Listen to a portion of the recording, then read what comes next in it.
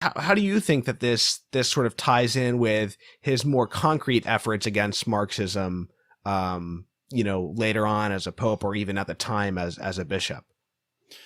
Yeah, so Poland is a very unique culture because Poles call Poles really call themselves Central Europe, which I think is accurate. Anglos don't say that, and I think that's wrong. And the reason it's called Central Europe is because they're a Slavic people with the Latin rite. And so they Mm. are a synthesizing center of all of East-West Christendom.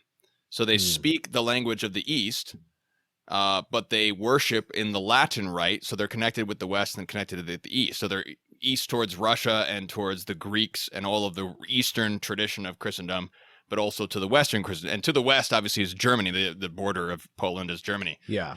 But I And think, also the kinship between Poland and France culturally, in modern times as well. yeah, so Poland is just looking to the West and looking to the East. But what's fascinating about Poland is that there's only two countries that survived the Protestant revolt that were outside the bounds of the traditional Roman Empire.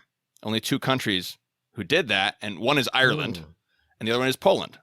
And Wow. Christopher Dawson says that the reason is because the ethnicity, the ethnic identity of these peoples had so melded with Catholicism as it had done in the Roman Empire areas like Italy and Spain, Right. who kept the faith. Um, Even in a Protestant-dominated world, and in Poland, there are like Protestants to the west and to the north, and Eastern Orthodox to the east.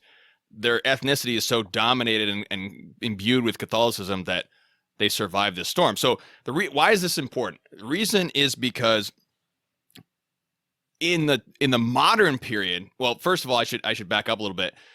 Poland has a very unique structure. It's even more unique than Ireland in this way, is because it had a very traditional parliamentary system of government and thought and subsidiarity, which was able to incorporate and tolerate both Protestants and Jews within their society without losing their Catholic identity. Mm. And then after these various powers in the East and West take over Poland at the end of the 18th century, the so-called partition of Poland, so they lose their sovereignty, so the nation of the Poles lose they're basically under foreign domination since the late 18th century. After that, we have this strong ethnic identity, which is identified so closely with freedom, and it's freedom in a good sense of that term. And this is something I think that's so important to understand the Polish context of John Paul II, because in Person and Act, he talks about the freedom of the person to become, to freely achieve self-fulfillment, to fulfill one's own self. Mm-hmm. And in the Polish context, that means something entirely different than what it means in the American context, which I would claim is the more popular context worldwide. That's Right. that's exported through Hollywood and everything. Self-fulfillment. I want to go fulfill myself, so I'm going to leave my spouse and go marry a person of the same sex and to have my transgender operation. Who knows? God knows what. That's their self-fulfillment. Whereas to John Paul II, it's the Polish self-fulfillment, which is restoring the integrity of the Polish soul by throwing off the foreign powers, both spiritually in terms of one's own soul, but also in the soul of the nation. And this is something that we actually see in real time in the Pontificate of John Paul II, which is so miraculous. But that to me, that really is what makes his thought so compelling, is because he's actually talking about a Catholic doctrine of freedom, not the liberal doctrine of freedom, not the Marxist, because the Marxist doctrine of freedom is the poor overthrowing and killing the rich people and taking over the government. That's Right. their idea of freedom. Right.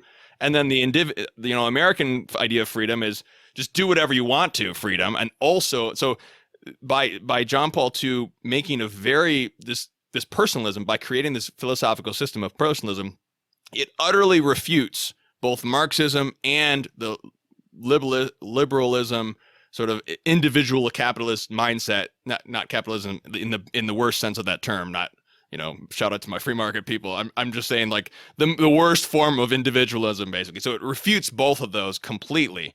I forgot to mention National Socialism, because obviously Poland goes through this great passion of the 20th century, meaning a suffering, under National Socialism from the East, which is just a repeat of prior Prussian and German oppression. That's just a repeat of the same thing they had before.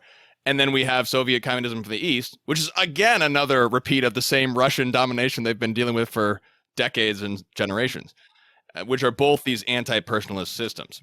So the Polish context is I think is critical to understand how really powerful this whole magnum opus is.